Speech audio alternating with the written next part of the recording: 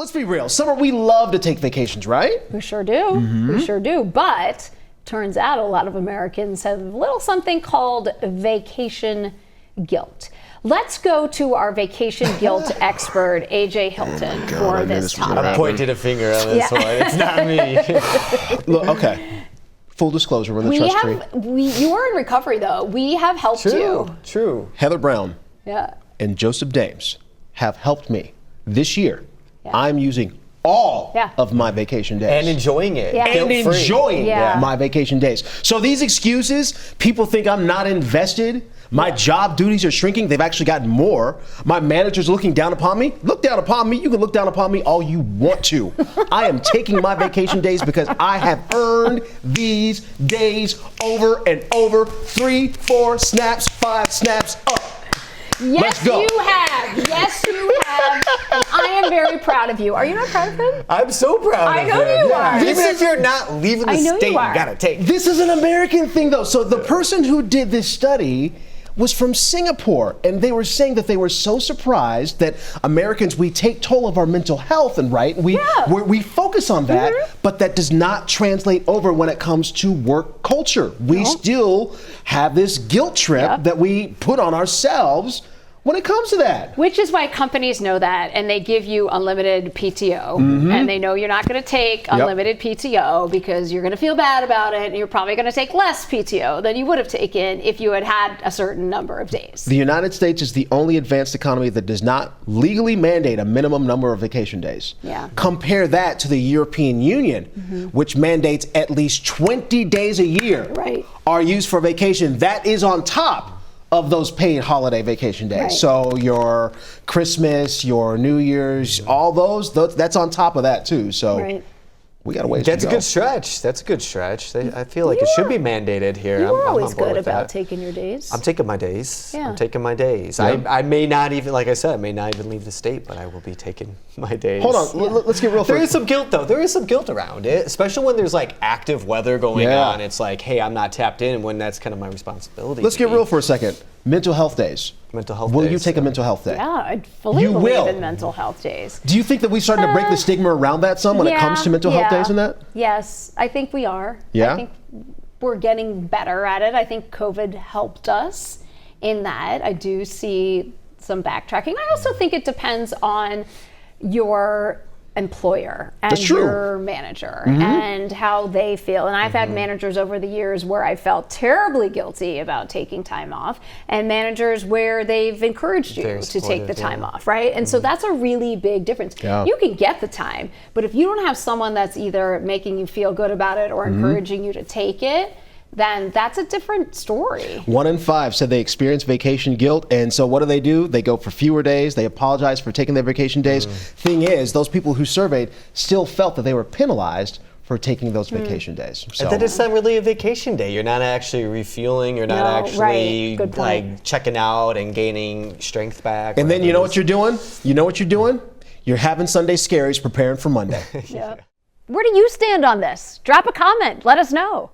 If you're starting a new diet, you may want to rethink cutting too many calories. There's a new study from the BMJ Nutrition Prevention and Health Journal. It found that calorie restrictions may have a negative impact on your mental health. So this is like significant calorie restrictions. So they're not just like, okay, I'm gonna cut out a Coke a day. This isn't 100 calories here. Right. And there. This is like, okay, you're really limiting yourself to try to lose weight, almost like a crash diet. Yeah, this isn't like when you get hangry. Like this isn't one of those things. So when we don't get enough calories, you know what happens when you don't get enough calories. You feel tired, sleep problems, difficulty concentrating.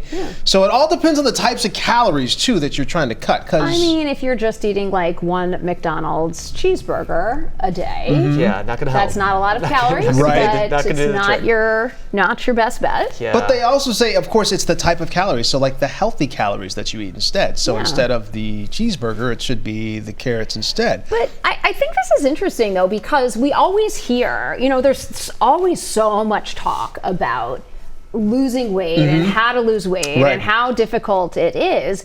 But a lot of people will tell you it can come to, now not for everyone, of course, like, I'm trying not, but generally calories in, calories out. You have to expend more calories than you are taking in. So Yeah. this seems like, okay, maybe this isn't the way that we should do it. But I think this goes back to the idea of everything in moderation. People following a calorie restrictive diet are more likely to have higher symptoms of depression. That's something to consider. I think because you just zone in on it. If you don't fulfill your task, you just kind of get depressed about it. Like, man, I had too many calories today. I didn't make my cut today. So now you kind of like stew in your own feelings about it. So I could see that. Is this one of those things too? Like, for example, if you start that diet, you start a new diet, doesn't matter what type of diet it is, you start the new diet, you start to see some results right away.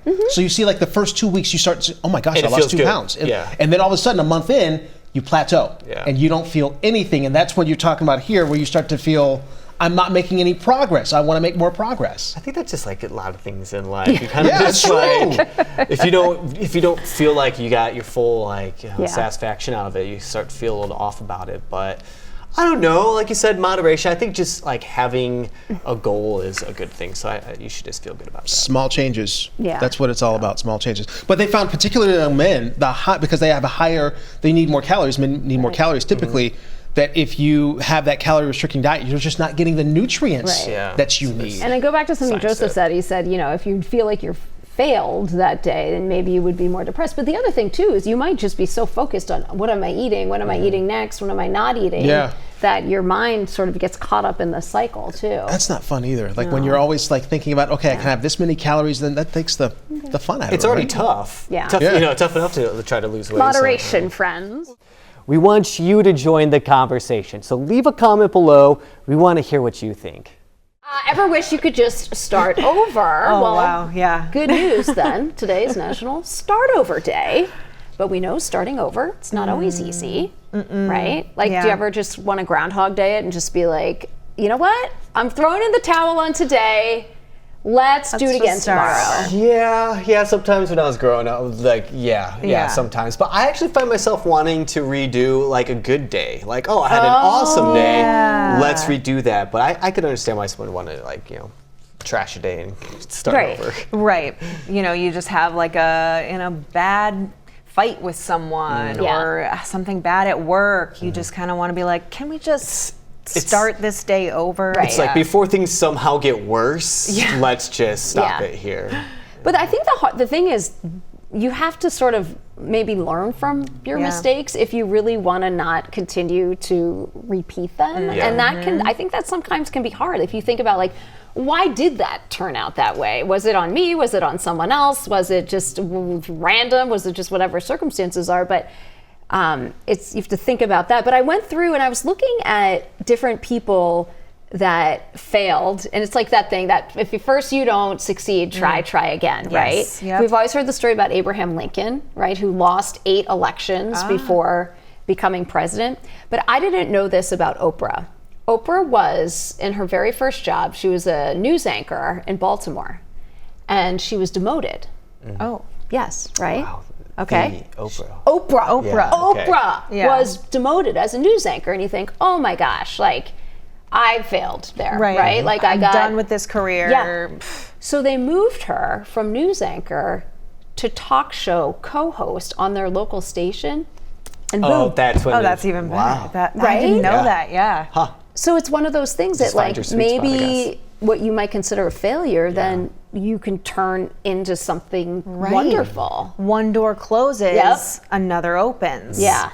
But it's hard. It's hard to do that again, right? Yeah, I remember early in my my news career, like I would just start a weather forecast off a little bumpy and be like, let's just shake this one off and let's restart this guy now. Just take two. Working out all the kinks. Well, now your weather forecasts are perfect. Fluid. So we don't even, very fluid. We don't ever have to worry about any of that.